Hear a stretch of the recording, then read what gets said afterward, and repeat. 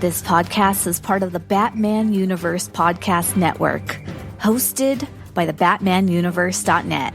Check out everything related to Batman and the entire Bat family at the BatmanUniverse.net, including news and original content related to comics, movies, television, merchandise, video games, and more.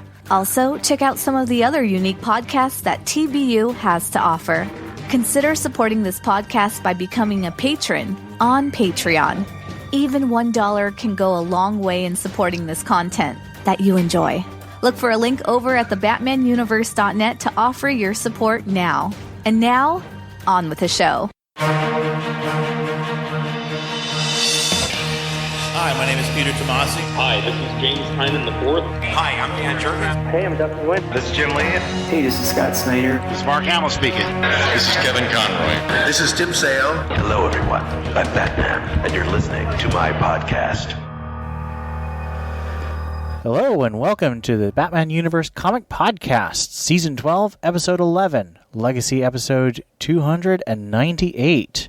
Today we're going to be talking about Curse of the White Knight. So I am Ian, and with me I have my co-hosts. This is Steph. And this is Theo. So, we have one piece of news that I wanted to talk about just a little bit, which is that episode 300 is coming. We're going to be doing, similar to last month, 3 episodes next month. We'll be doing normal comics for the first and third episodes of June, but the middle episode will be episode 300, and we'll be celebrating 300 episodes of the Batman Universe Comic Podcast with special reviews of the Catwoman and Joker 80th Anniversary 100-page Super Spectaculars and 2 special guest segments. Possibly more, but right now we're just planning on 2. Be sure to ask any questions or comments or whatever you want to have read on the episode for listener feedback, tagging it episode 300 in the Discord server. I'm very excited about episode 300 because I think that both the Joker and the Catwoman specials will be pretty cool to review. That'll be, 20 stories that we're going to be reviewing. It's going to be a lot of stuff, plus we'll probably talk about the covers and all sorts of cool stuff. So a celebration of the Batman universe in the comics on a podcast. I think it's pretty fitting. Any comments before we move to our review segment? I'm really excited, and I think that people should definitely write in their questions and comments and tell us how awful we've been doing the last few years, or how great we've been doing, or what you wish to see more of or less of, or whatever. Just definitely message us and let us know that you're listening. That is going to be quite a review I have to write. Well, we shall get started in our review of Batman Curse of the White Knight, written and illustrated by Sean Murphy, colored by Matt Hollingsworth, same creative team as the first White Knight miniseries. Again, it's going to have 8 issues, and we'll go through all 8 issues and then go through our discussion questions. We had a lot of good things that we thought of when we were preparing for the podcast, so I'm excited to talk about it.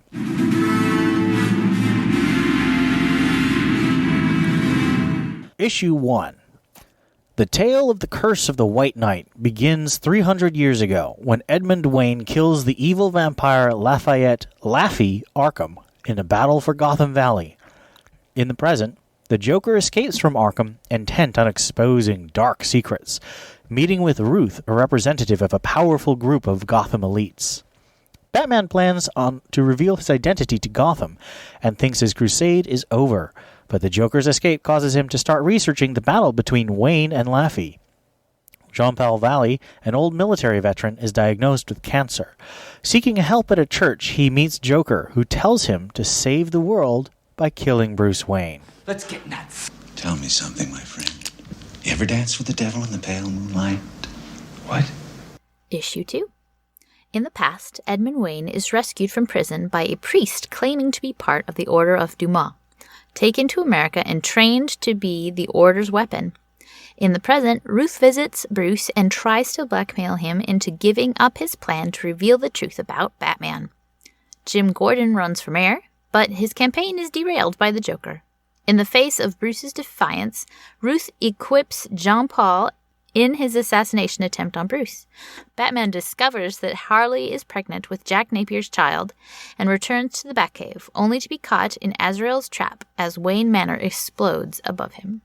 What is the point of all those push-ups if you can't even lift a bloody log?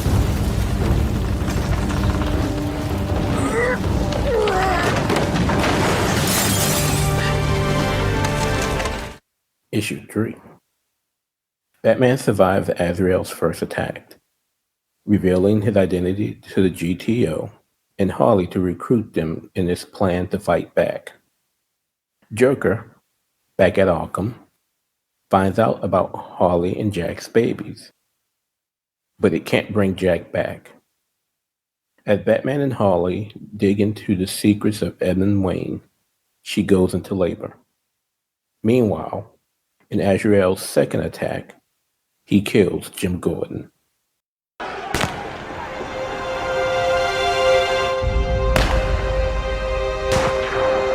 see you later.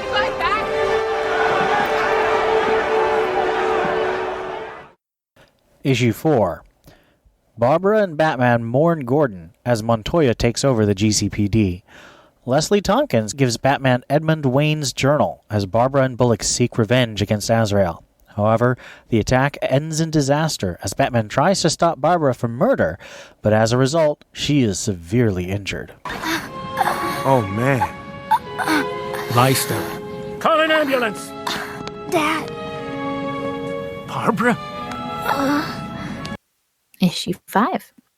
During Gordon's funeral, Batman searches Gotham Harbor for more clues to Edmund Wayne's history, causing more friction between himself and his allies.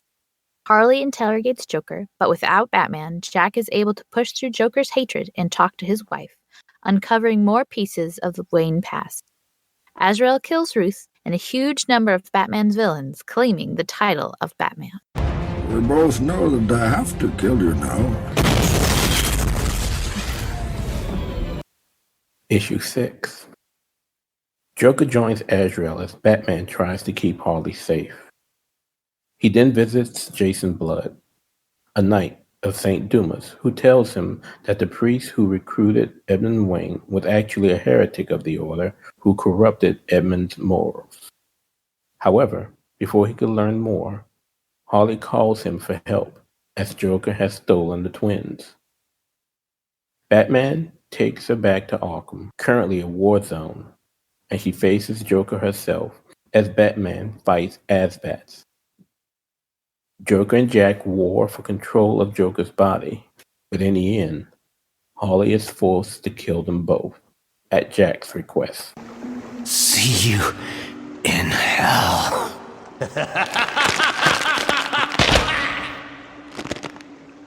Issue 7. Batman tells Harley he's discovered the truth, that the priest murdered Edmund and took his name, and that the Wayne family in Gotham has never actually been Waynes. He struggles with this knowledge, and Harley tries to convince him that Gotham, which forgave Jack, can forgive Bruce too. Bruce tells Barbara of his plan to unmask and asks for her help. Montoya announces a citywide manhunt for Azrael, and Batman hijacks the broadcast with Babs' help, unmasks, and asks for the city's help to beat Azrael in Batman's final crusade. All these years I wanted to kill him. Now I can't. Your father would be ashamed of you. Issue 8. Batman and the GCPD chase Azrael, but Batman shuts down all cars but his own so that he can fulfill his own private vengeance. Azrael is winning, but Dick Grayson saves Batman, pleading with Bruce not to break his vow not to kill. Batman tells Dick that Azrael intends to flood the city and continues his battle with swords. He cuts Jean-Paul's throat, but then gives him emergency treatment and saves his life. In return, Jean-Paul reveals that just as Bruce was descended from the wicked priest, the Valley family was descended from Edmund Wayne's illegitimate daughter. After it's all over, Bruce surrenders to Montoya and donates his fortune to Gotham, though Harley tries to rescue him and reveals her love for Bruce. In prison, Bruce is visited by a military man with the last name Todd. So this was the follow-up, as we said, to Batman White Knight. It was about a year later, and it took some very, I would say, bold steps in the continuity. Definitely things that I think we're never going to see, killing off so many villains and heroes, Batman unmasking, and I honestly think we're also never going to see a Bruce and Harley relationship, but that's another question. So what do you think of all of these changes, particularly the major deaths? Gordon, Bane, Joker, so many villains. How do they make the universe of White Knight feel going forward to you? Well, I was sort of thinking that. I was like, so, because at the end of the issue, the end of this run, whatever, gives you the feeling that the next step is like a courtroom drama. And so, yeah, like all the villains are dead. You've got Neo Joker, and Joker's dead. Harley killed Joker, shot him in the face. You've got Mad Hatter, and that's it. I mean, Poison Ivy's around. No, she got. No, the Poison Ivy League tweeted at Murphy, and he said he left her alive so they wouldn't scream at him. Oh, pshaw. Okay, fine. And Poison Ivy's fine, even though she got very much shot. But anyway, so in that case, any of them could be alive, really. But I don't know. I just was wondering what kind of story we'd have going forward. Like, is, Quilt King or whatever he is, Polka Dot King, whatever their names are. Condiment King, is he going to be the next bat? I don't know. I was a little intrigued by him pretty much wiping out his rogues gallery and wiping out Batman. So what's left to come other than prequels? I don't know what he's going to do in this universe. I mean, he could actually focus on Dick and Babs, because honestly, even though Babs got a little more focus this issue, it was really more as Gordon's daughter. It was never as Batgirl. So, what does Babs do? What does Dick do going forward with the mantle? And heck, remember, we like Duke in this universe, so we could see some Duke That's stuff. True. So that's true. They even joke about how he should have been a Robin. I still think Lark is cooler just because it's a bird, but it's its own thing. But Theo, what do you think about all the major deaths and how it makes the universe feel going forward? Well, as we mentioned last episode, this is one of the things that I absolutely love about alternate universes. The fact that you can take continuity as you know it and just twist it and turn it and throw it up in the air and just see what lands and what fits and what doesn't. It was quite gory, just, watching the blazing sword slice through all villains, in Arkham. But, it made the story different, because, again, you don't expect to see that in main continuity. And it seems, if I remember Murphy saying that, once they're dead, they're dead in this universe.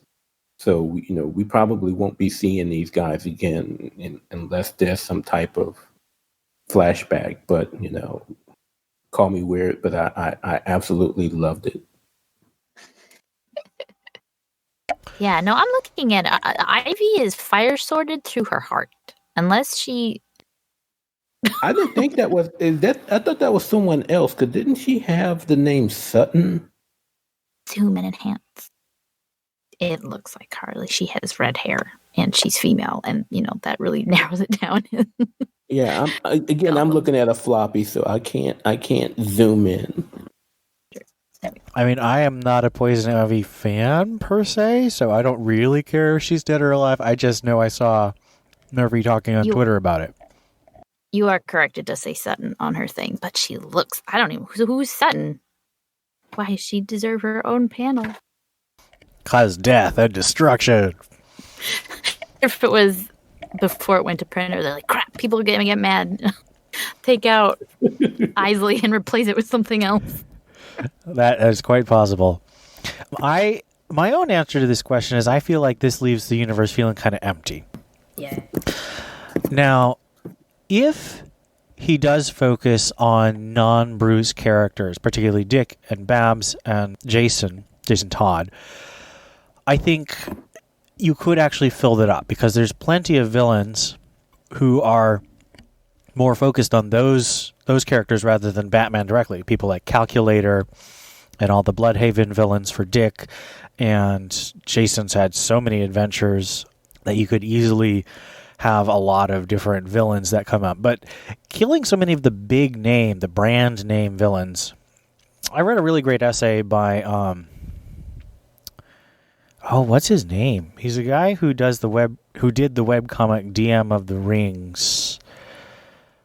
Anyway, he wrote an essay about why Batman doesn't kill, and it's because Batman is a story designed to go on forever. So that means there always has to be a need for Batman. Mm-hmm. This is a story which says that Batman actually solves a bunch of problems by stopping being Batman. And obviously you can't tell that story in main continuity, because then there's no more Batman stories. Mm-hmm. I actually disagree with this perspective. I think Batman is an inspirational figure, and I don't think he creates all the problems. I think he does create some of the specific problems, but Gotham was bad before he got there, and it wasn't getting better. So I think that this is a fun thought experiment, a fun alternate universe, but I definitely wouldn't want to see this kind of thing happen in the main universe, just because I like Batman continuing to be an inspirational figure fighting for protecting the innocent and punishing the guilty. Okay, so Roxanne Sutton is Roxy Rocket. Oh man, they killed Roxy Rocket? They killed Roxy Rocket, which is almost worse. That's I like hardcore. her than Poison Ivy. And I just want to say, because I've been kind of a proponent of Deceased, where they do literally kill everybody, but that's the DC universe, and so you've got just this, whole universe of heroes and to pull from, and bad guys or whatever that's left over. Although I haven't been keeping up, I haven't read it lately. But anyway. But in the Batman universe, I think you're right. Like, it is left a little empty, and I'm interested to see where he's going with it. But I won't be shocked if it's disappointing. So what do you think the best parts of these two series, the Murphyverse as a whole, are, and what are some of the weaknesses for you? Like I think, just repeating myself, but, him being able to have the freedom to do whatever he wants, to kill off whoever he wants, and tell whatever kind of story he wants, does give you a strength and an upper hand in storytelling that, the ongoings have to work around. So I do enjoy, reading stories I won't ever read in the ongoings. And for me, the weakest, actually, and this last one kind of brought it to light, was there's a lot of nods to previous Batman media, and there's not a lot that really takes me out of a story. Like, super bad art usually ruins it for me, but there's not too much other than giant chunks of monologue usually. But in this one, there's just little things here and there, like I don't know, there's a scene where Montoya is like, don't do that, it's nuts, and then Bruce is like, let's get nuts, and I was like, ugh. Like in the Lego Batman movie. And I don't know, it just took me out of a bit. And I think that for me, and then there was a couple of things here and there that just kind of, were little nods to other media, which is cute, but I don't know. For me, I didn't like that as much. I liked it being its own original thing without having to refer to other stuff. Well, yeah, I for me, again, just going back to the whole notion of the alternate universe, as Steph mentioned, that's one thing. But what also really was shocking, but also very good in how it was handled, was the revelation that Bruce isn't a Wayne, and how that all came about. And he did, and Murphy did a great job of leading into that revelation, and it was a good shock value for me.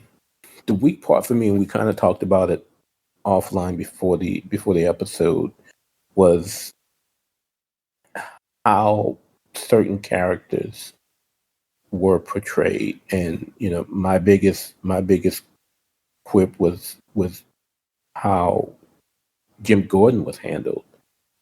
He was kind of dumbed down to the fact that, oh yeah, he's the police commissioner, but yet he couldn't realize he wasn't good enough to realize Babs was his daughter. In continuity, I've always had this sense that, he knew, but, he didn't know, and he didn't want to know. Whereas this one, he just was just too dumb to know from how Murphy portrayed it. So that didn't sit well with me. And that was probably the weakest part. I think it's interesting because there is one canon in continuity revelation that Barbara was Batgirl to Jim Gordon, and it was unfortunately retconned almost immediately. But when Jim retired in Officer Down and Barbara was Oracle in Birds of Prey, she told Jim that she was Batgirl. And I believe, it's been a while, but I'm pretty sure that Jim said, oh yes, I already knew that. And I feel like that really should be the way you play that off. I think the strongest part of this universe for me is the art. It's overwhelmingly Sean Murphy and Matt Hollingsworth, but you also have the one shot by Klaus Jensen. And the art is just such a high quality. It's imaginative. It's incredibly just sticky. It sticks in your eye. It sticks in your mind. It's both beautiful and ugly and energetic, and it never feels static. Like some of the things like a really rendered artist like Alex Ross or Leo Bermejo, they can often feel like pictures of statues that aren't moving. Whereas Murphy isn't nearly as realistic, but he's just got that sense of moving all the time. And I prize that. That's really much more important than realistic rendering for me in a comic book interior. I don't mind it on a cover. I think a cover should have like really nice renderings like Art Germ or something. But for me, it's definitely the art. I think the weakest part for me, especially in the second part, is I think a lot of the deaths, particularly Gordon, rely on the love we have for those characters in the main universe. We don't really know Gordon in this universe. We just assume that he's the Gordon we love from the main comic universe, and that's why we're sad. And we do get that one issue where Barbara remembers all the things about her dad, but that's the kind of thing that should have been before. We should have cared about Gordon in this universe before he dies. And instead, that was right after. And let's use that to move to our next question, which is, how does Gordon's character work for you in this world, and how does his death affect you? We've already talked about the revelation of Babs, but what about Gordon by himself? Do you think that Murphy gives us a Gordon who's basically just the main universe transported to this version, or do you think that there is a distinct quality about this James Gordon which sets him apart?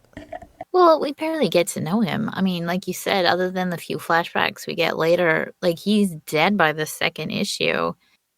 And I don't necessarily see, I mean, again, I'm still newer to comics, but I don't really see this Jim Gordon running for mayor. I think that's really cool. So that's not necessarily something, I don't think he's just like a stamp or carbon copy transported from one to the other, but he's probably very similar, and his heart is probably very similar. So I think we are supposed to care for him, but since he came and went so quick in this, I just kind of compared him earlier to like a refrigerator girlfriend, like someone she was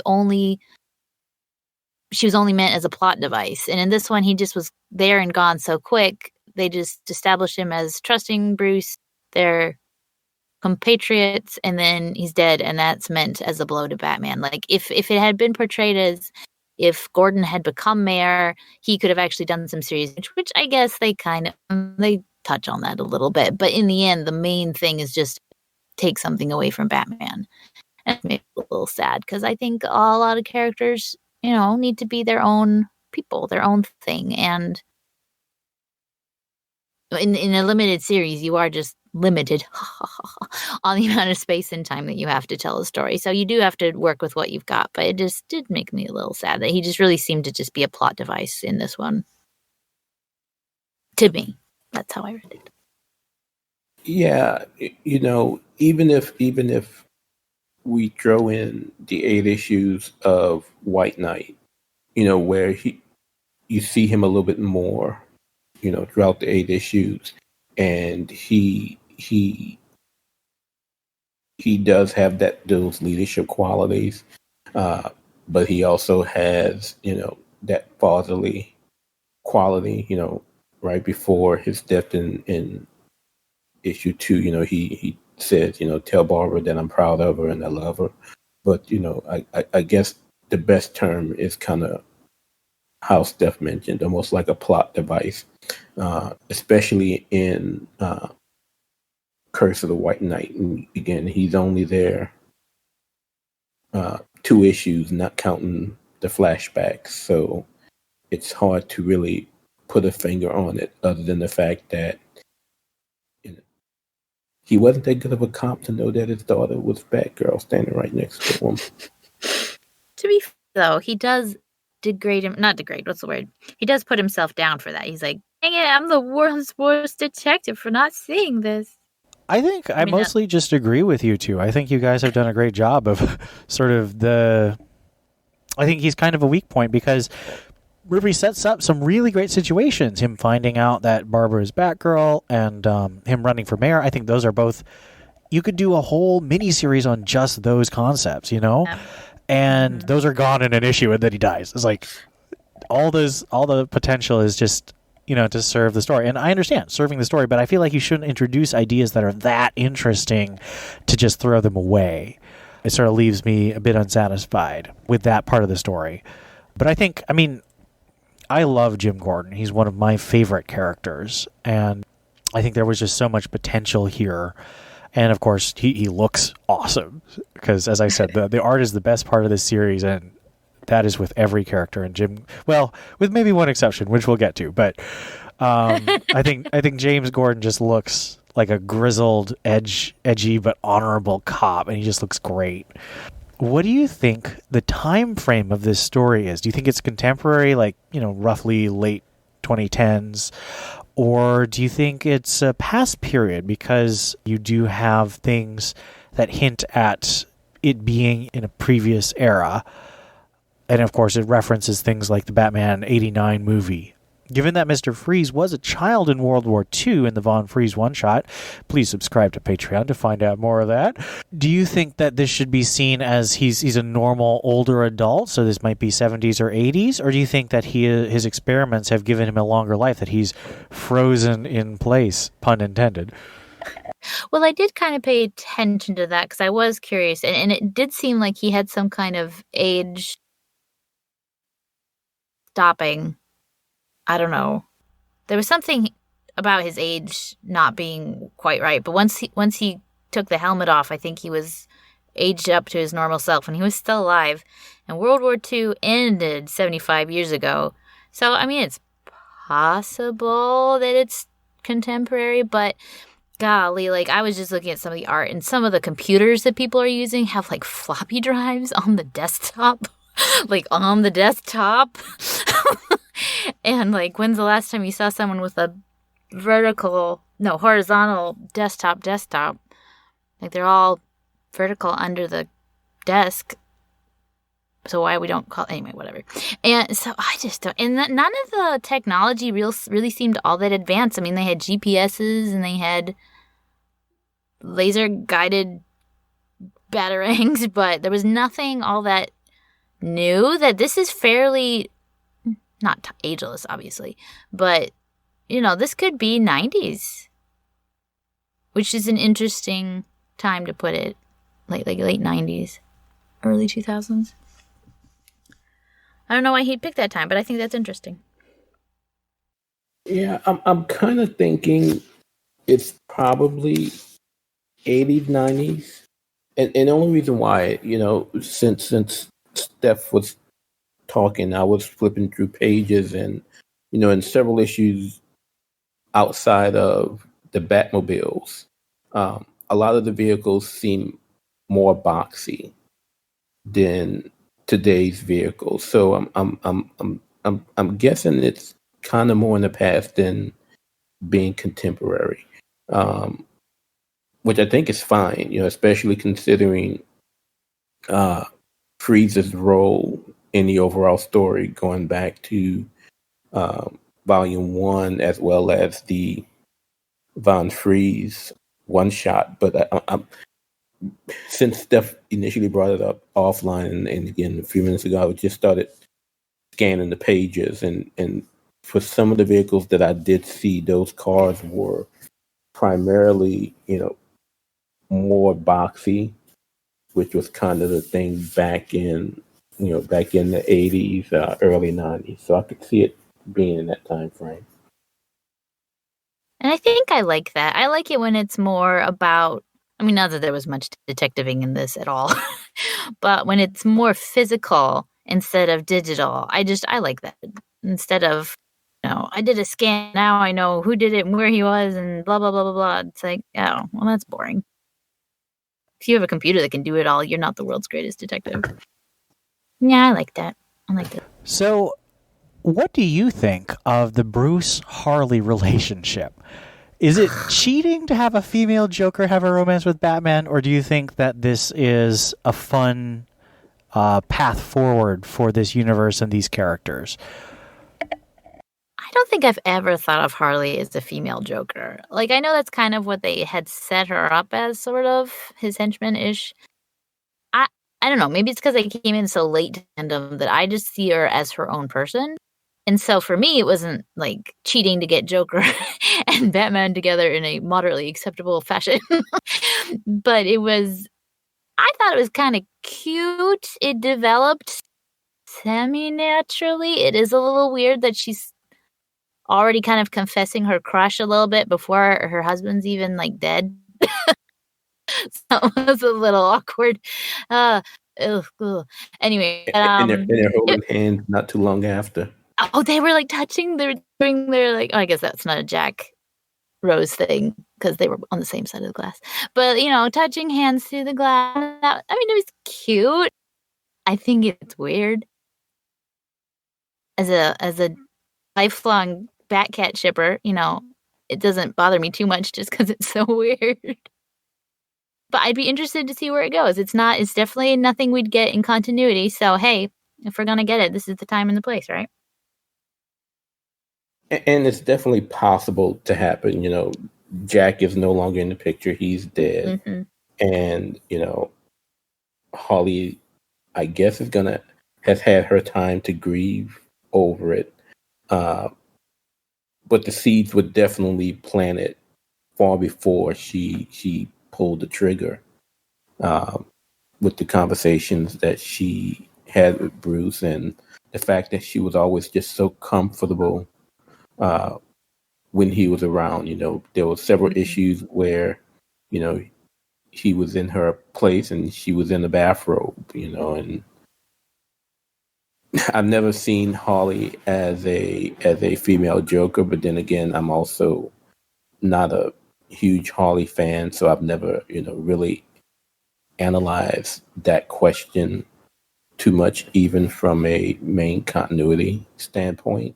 But if this relationship is going to happen, and as it stands now, it looked like it will, at least we were able to see it develop naturally. It just wasn't bam, here it is, we're boyfriend and girlfriend now. So it'll be interesting to see what Murphy does next. And who knows, he may just throw an entire wrench into it, via Jezebel Jet popping up, or Selena Kyle showing up, or something, as he goes into this next volume of the White Knight universe. I think that for me, and it's kind of hypocritical because I love, Jane Austen novels, and most of those are, 17 to 20-year-old girls and 25 to 38-year-old men. But Harley being in her early 30s and Batman being in his 50s is just, I don't know, it feels kind of weird to me. I think that it is, however, one of the most well-written parts of both of these series, because I think Murphy really cares about Bruce, Harley, and Joker as characters, and he's really delved into their psychologies. He's really spent the most time building them up as unique versions of these characters rather than, as we talked about, James Gordon being sort of ported in from other versions. Like, the Gordon you see there is the same Gordon that you might see in, Gordon of Gotham or GCPD or Nightfall. Like, that is the Gordon. It is a Gordon we've seen before. This Batman, this Harley, and this Joker are not Batman, Joker, and Harley that we've seen in other versions. They are very detailed in ways that the main continuity have different details. And I think that is a really good use of an alternate universe. So it's not necessarily an idea I would want to necessarily see before I read this, but after this I am intrigued. I'm curious to see how it goes, because I think this Batman is still a bit too broken to have a normal relationship. But I think that he does seem to care about Harley, and Harley definitely cares about him. So, and I would also agree, I don't think Harley is just the female Joker. I think that some people make that claim, but it's too shallow and doesn't really consider who Harley is in any incarnation. Harley's never the symbol of nihilistic chaos that Joker is. She's a symbol of exuberant anarchy or, rebellion. She's never the kind of destruction. Even at her worst, even at her most New 52 nihilistic edgelord, she's not the Joker. So I think it's a strong part of this miniseries, and I think it's good going forward. Do you think that the next story will leave Batman in jail and will focus on other characters, or do you think that Batman will feel the need, as in Dark Knight Returns, to become Batman again? I think he's going to do some soul searching if he's going to be Batman again. And I think that I'm hoping that we're in for an interesting story in the next one, because I think it's one of those things that be not advertised. It would be a bad advertisement, but on the surface it's just like, oh yeah, it's a courtroom drama or whatever. And then what it really is the best, I don't know, character development, character study of Batman of all time or whatever. And involve, a lot of flashbacks and maybe some prequel material and things we've never known, or maybe, spoiler for the very end, maybe some of Jason Todd's history, and maybe, having closure with Jason or whatever will help Batman move forward in whatever way he's going to move forward. So I think I'm hoping that if the story is weak in the next one, it'll make up for it in interesting characters. I hope. And like you said, what Batman is going to do, or what Bruce is going to do, now that he doesn't have a secret identity anymore or money. I think, especially if we get another 8-issue arc, it's going to leave Bruce in jail for a while. And, like Steph said, he'll probably do some soul searching. But I could see Bruce being in jail, at least half of an 8-issue arc, if not more. If Murphy is looking at dragging out the next phase of the Murphyverse, we may see Bruce in jail for the entire of the series of the run, with some type of climatic event requiring him to take the plunge and do what he needs to do to break out, get out, what have you. But I can see him being in there a while. Maybe it would be like a Miracle on 34th Street ending where everyone comes out, I believe in Batman. I believe in Batman. I think it's probably most likely that he'll focus on other characters, but I hope that he does do development with Bruce. I just think that he's really brought Bruce to a very interesting place, and I would like to see how Bruce deals with the consequences of unmasking. not just in terms of a court trial, but in terms of relationships with people.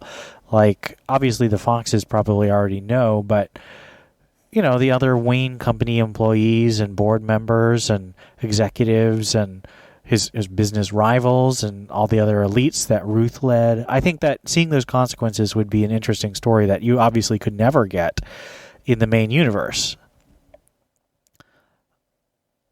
Next question is, why is Jason Todd so ago?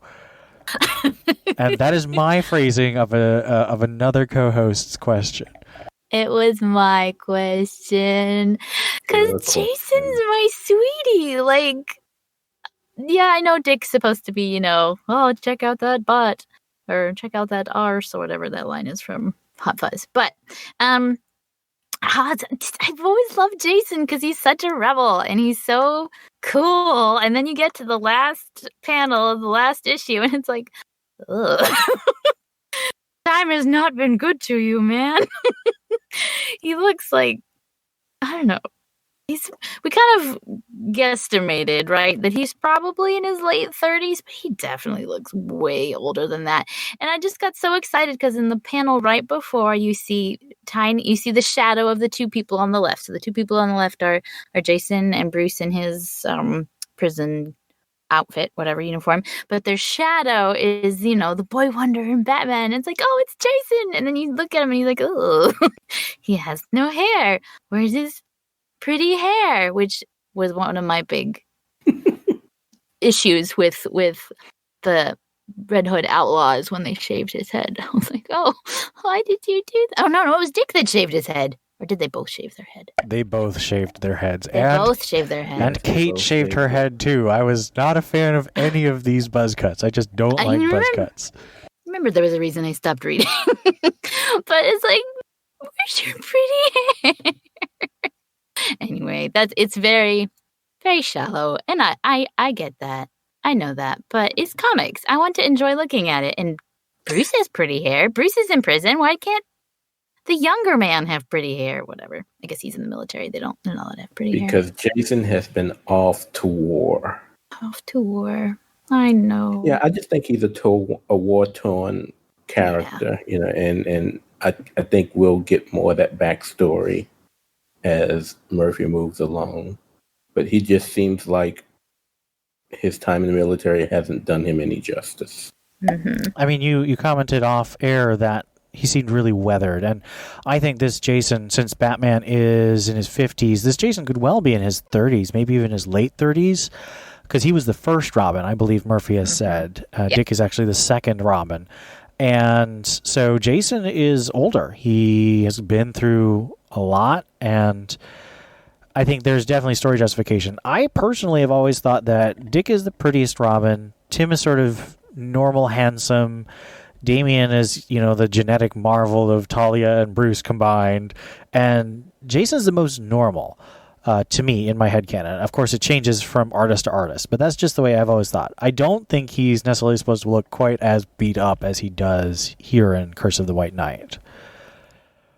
Why is the revelation of Bruce's ancestor not being a Wayne so important? And on a personal level, I mean, it's not. And I think, if I remember correctly, I forget sometimes what I read and what I was thinking while I was reading. But it feels like his family and those who care about him and know him, like Dick, reminds him, it doesn't matter. Like, the Waynes fought for, or maybe it was Harley. Anyway, the Waynes fought for what is good in the end, and have for at least the last two generations or whatever. And so that's what he needs to focus on. But I can see, like, especially in today's world, even though, like we discussed, this may not take place in today's world, but, like, image is everything. And if anyone finds a piece of dirty laundry in your past, they will use that to crucify you. And something like this is actually a pretty big deal, where, I mean, this kind of makes me think of, like apartheid in South Africa, where today's white landowners aren't the colonizers from, whenever, but they are the ones that are now living on the land that wasn't rightfully theirs. Now, what do? Do you make them homeless? And anyways, it's just a big mess over there. And so it's a big mess here where it's like, well, this isn't the Wayne estate, does he even have a right to, give it away? And you could argue that he does, because the Waynes made it what it is. And anyway, whatever. So I think there is a lot of legal and political upheaval that can result for a good, interesting story because of it. But on a personal level, absolutely not. It doesn't matter, because Bruce Wayne is Bruce Wayne, and it doesn't matter if his last name is really whatever it was, Backgammon, or whatever the guy's name was.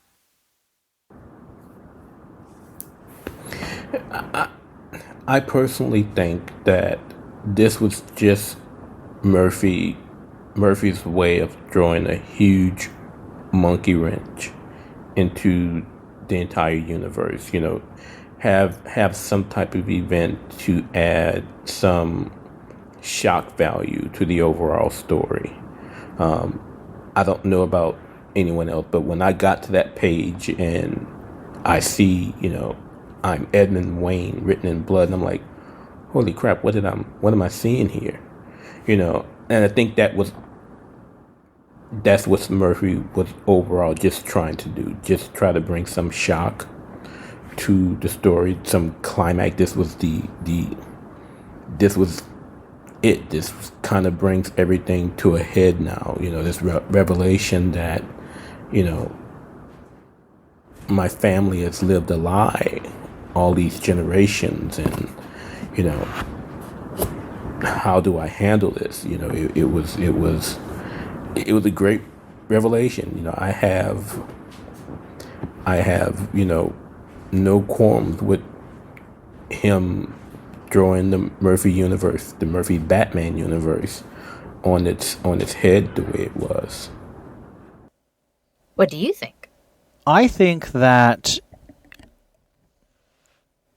I wish it hadn't been quite as big a deal to Bruce, just because we've had Batman finding out that Thomas was evil in a lot of different alternate universes recently, in the Joker movie and in the Telltale games and in Batman Damned, and there's just this sense that Batman having evil ancestors, even really close evil ancestors, doesn't seem that surprising to us.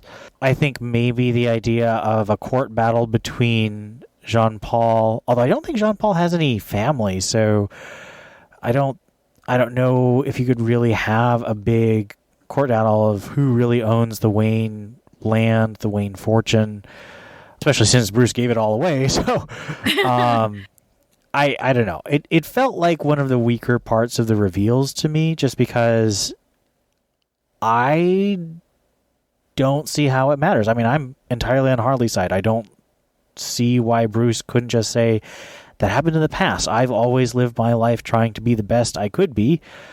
Maybe I don't have enough of a connection with, my own past, my own family past, but I've always sort of felt that I make decisions based on my own experiences, and if I didn't experience it, it's a lot more difficult for me to feel like I was responsible for it. And I know other people feel differently, so I'm sure this definitely has impact for a lot of different people, as Theo has well expressed. But for me, it was just not a big reveal for me. It was just kind of like, oh, something bad happened in the past. I have tried to live a good life now, so I'll keep being Batman. But Bruce obviously feels differently. And, I mean, this is a Bruce that's been Batman for almost 30 years, so I could definitely see him wanting to rationalize stopping being Batman for a lot of different reasons at this point. So, that is our coverage of Batman Curse of the White Knight. Let us know how you feel about this story. You can join our Discord. You can also join our Patreon and support us, or give a one-time amount through PayPal. Our wonderful supporters this month are Gerald Green, Donald Townsend, Tim Geraci, Captain America, Carinus, Mary Garrett, Real No Deuces, Stanton's Grave, Brendan Roberts, Donovan Morgan Grant, Ed Grouse, Rob O., Ian Miller, Arturo Juarez, Stephanie Mounts, Joshua Lappin Bartoni, Hannah Garr, and Johnny McCloskey. Thank you to all of our supporters. You help us continue the Batman Universe Comic Podcast and all our other podcasts by making us able to pay for server space. And we hopefully are going to continue producing the content that makes you our supporters. I donated this month too. Yay. Oh, well. Take it up with Dustin. I don't update the supporters website. But we'll say that Theo also is a proud supporter and a very... we honor him for his support of the Batman Universe Comic Podcast and the Batman Universe website.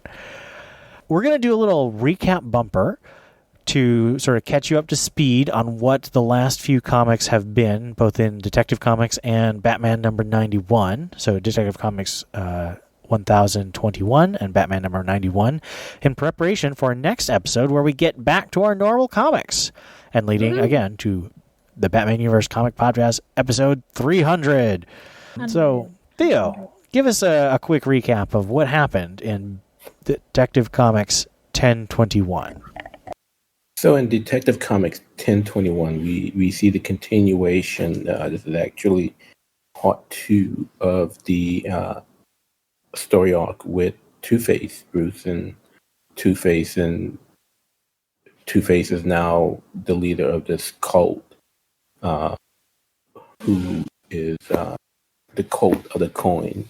And in this last issue, we see where Harvey reveals himself to Bruce at the Batcave, and he and Bruce goes to the Gotham Library, where Bruce is looking for more evidence to try to see what Harvey's ultimate plan is, because at that point, Harvey's kind of held back, is holding back on Two-Face, again, based on the results of the coin flip. And as Bruce makes his way to the bottom, the basement of the Gotham City courthouse, I'm sorry, I said the library, but it was actually the courthouse, Harvey is able to break out of his cuffs and break out of the Batmobile, following Batman down into the basement of the courthouse. And as soon as Bruce opens this sort of secret doorway to where it reveals the cult of the coin, as I call them, Two-Face reveals himself and riddles Batman with bullets. And we're left with Batman laying on the ground, shot. Batman number 91 is a continuation of Their Dark Designs, the battle of Batman versus the designer and many villains reaching into the past. We have this issue starting with the Joker's version of their meeting with the designer and how he killed him. The Joker then calls his henchwoman and perhaps girlfriend, we'll have to see how that plays out, Punchline, the hot new character that everyone's really excited about, and says that everything's in place. Batman and Deathstroke fight, and Batman manages to beat Deathstroke through many very over-the-top stratagems, like plunging to their deaths until Deathstroke gives up. Catwoman, meanwhile, is working to counteract her own plan to rob Bruce Wayne of all his money that she concocted with the designer, and she joins up with Harley Quinn, and they manage to have some minor victories. In the end, we see that Riddler, who was one of the original, I think 5 villains who met with the designer all those years ago, has decided to take the reins of the next phase, and that's where we end this issue. So, what do we think will happen to conclude our Two-Face and designer stories and lead into the Joker War? Well, for the Two-Face, I hope that the courthouse collapses and everybody dies. And that's the end of that. That'd be nice. Because that storyline is just... It had so much potential. Well, no, it didn't. It had a little potential. And then for Batman, I'm just excited to see Catwoman doing her thieving and it be moderately Batman-sanctioned thieving. I think that would be cool. I'm looking forward to 2/3 of the Gotham City Siren team up. That's going to be neat, or continue to be neat. And I'm interested to see if Deathstroke is going to stick around and be a forced good guy for a little bit, or at least work on the side of Batman for a little bit. I'll be interested to see if that happens. That's it. I don't really care about the design. I guess I'm interested to see what Joker's going to do, but I'm just looking forward to the next issue for that one. Well, we kind of know if you're someone who reads the solicits that the detective story is gonna eventually incorporate the Joker as some sort of perhaps some type of mastermind, perhaps manipulating Two-Face. But what I'm hoping is that Tomasi kind of gets it back together. The first issue of the arc was okay. I gave the issue I want to say maybe 3 stars, and this issue was not as great. It kind of fell by the wayside. So I'm hoping as we get into the 3rd issue of the arc that he picks it up again and makes it enjoyable.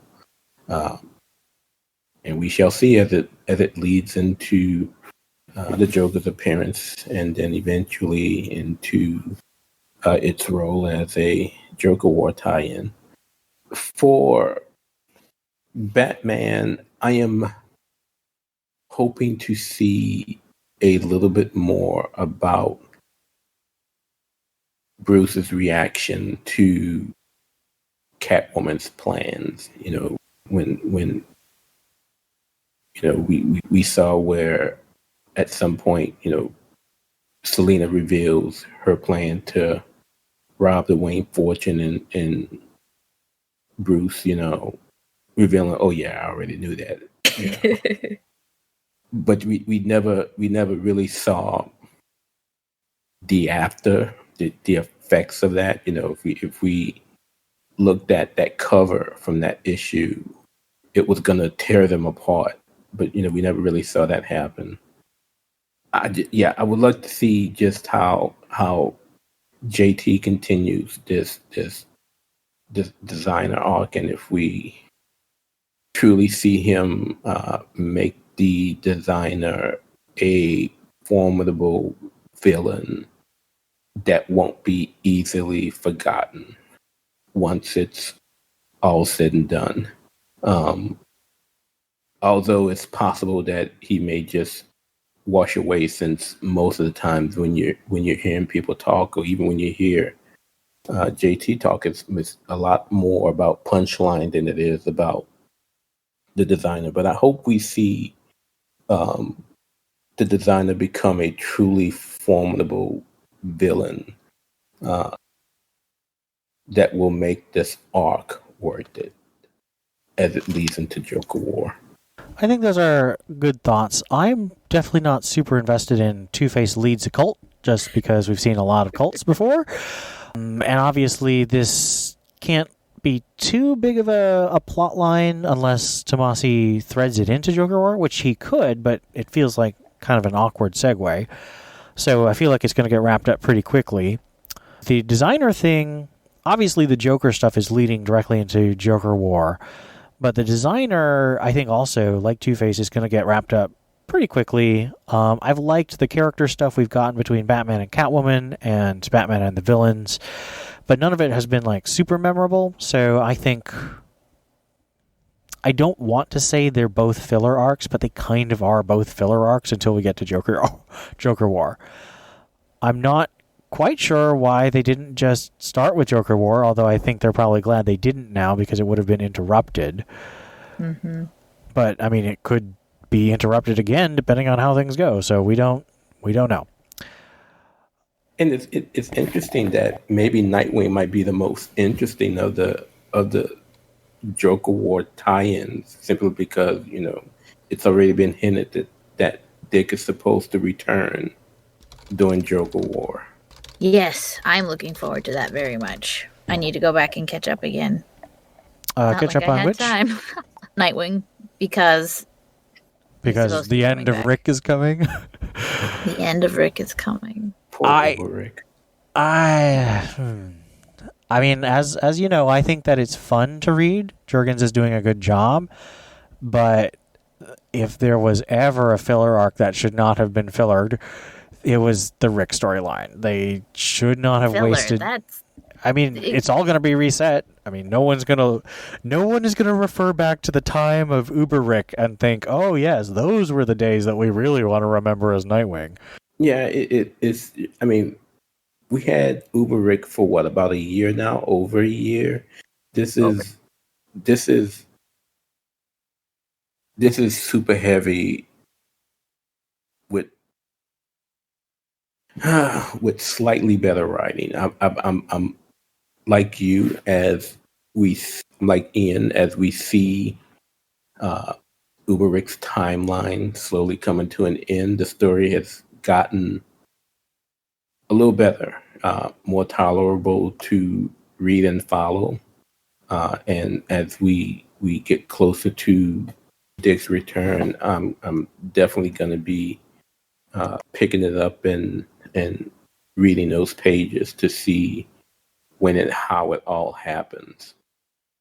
I just hope that they have a good plan with Nightwing going forward. I know Theo isn't excited about this, but Scott Snyder's done some pitches both about Dick as Batman and just Dick as Nightwing, and I think both of those are very exciting because The Black Mirror is my favorite thing Snyder's ever written. I think it's a fantastic piece because I think his voice fits Dick much better than it fits Bruce and most other characters. It also fits Superman, interestingly. I thought his Superman Unchained was actually pretty decent, especially in the way he wrote Clark.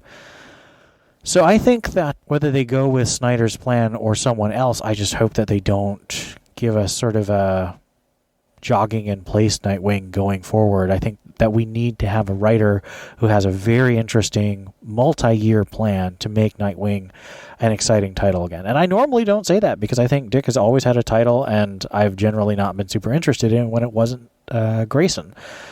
But Nightwing fans deserve something big after this year of misery and boringness. So do you believe no matter what, once Dick returns, that Nightwing is getting a new writer? I do. I mean, I think Jurgens might stick around for an arc or two, and I think that's fair. He's done a good job with what he was given, but I think that DC is going to try and put someone big on Nightwing sometime in the next year. It won't be Snyder until after he's done with Death Metal.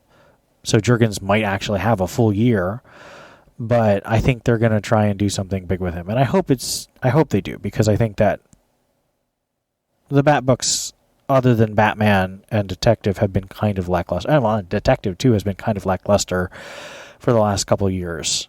And we need some fire. We need some exciting things to talk about and that aren't just Batman. I mean, I think Batman's been exciting, whether you liked it or not. It's been very interesting and controversial for well over 5 years. Actually, for 10 years. Yeah, let's go over 15. Morrison, Snyder, and King have all been exciting and controversial. And always been working really hard, whether you like what they do or not. And I have been on record by saying I don't like a lot of what Snyder and Morrison have done, and I don't like some of the things Tom King did. I just happen to like Tom King overall better than the other two. However, that's pretty much our recap. We're looking forward to concluding these storylines, and we'll be doing that with you folk listening starting next episode. New comics, yay. All right. So, I actually just called my comic shop to make sure my pull list is all up to date, make sure I'm getting all the stuff I want. Hope you guys do that too. Yeah, email the DCBS, right? Yeah, and a list of nothing but cancellations. Oh yeah, all is being canceled and resolicited. Yeah. I just hope that a lot of the titles I had ordered that hadn't started yet will still come out instead of just being digitals. I'm kind of bummed about some of the stuff I was collecting that's digital now. Anyway, and I'm not against digital. I just, if I'm collecting it physically, I would like a whole collection. All right. Agree. So, until next time, I've been Ian. This is Steph. And this is Theo. And thank you for listening to the Batman Universe Comic Podcast. We'll see you next time.